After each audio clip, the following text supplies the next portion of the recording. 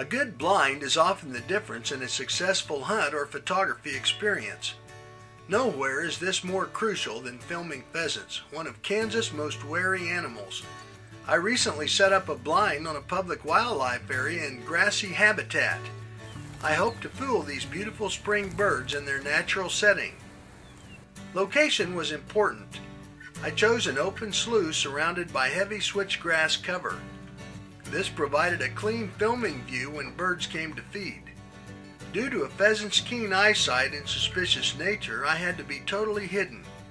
Starting with the tent blind, I drove several steel posts and staked the blind to help it survive spring windstorms. Then I added woven wire on the front as a grid for natural grass. A lopping shear made it easy to cut grass bundles for wiring onto the grid.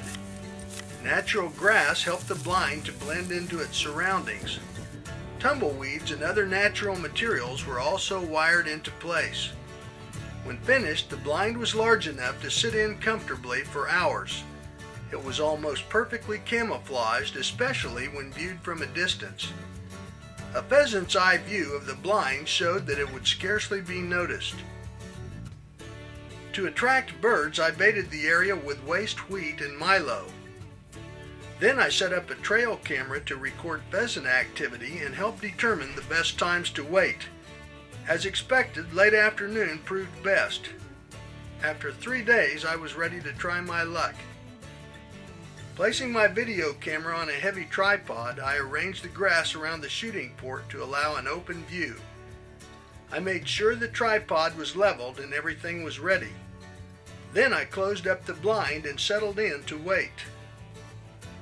An hour later, a rooster sneaked in and began to feed.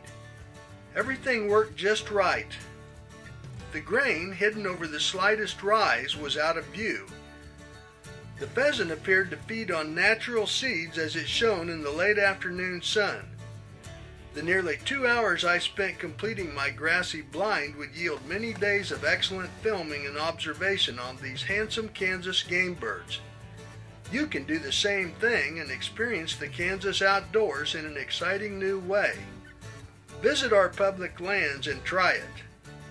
I'm Blair with Kansas Wildlife and Parks.